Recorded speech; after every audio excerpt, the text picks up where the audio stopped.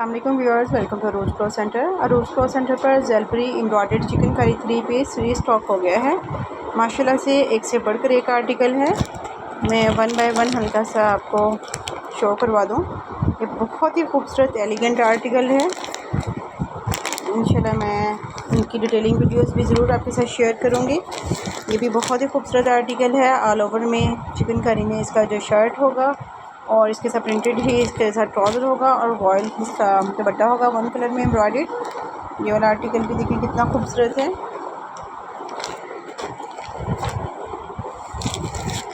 ये black skin वाला भी बहुत ही प्यारा आर्टिकल है।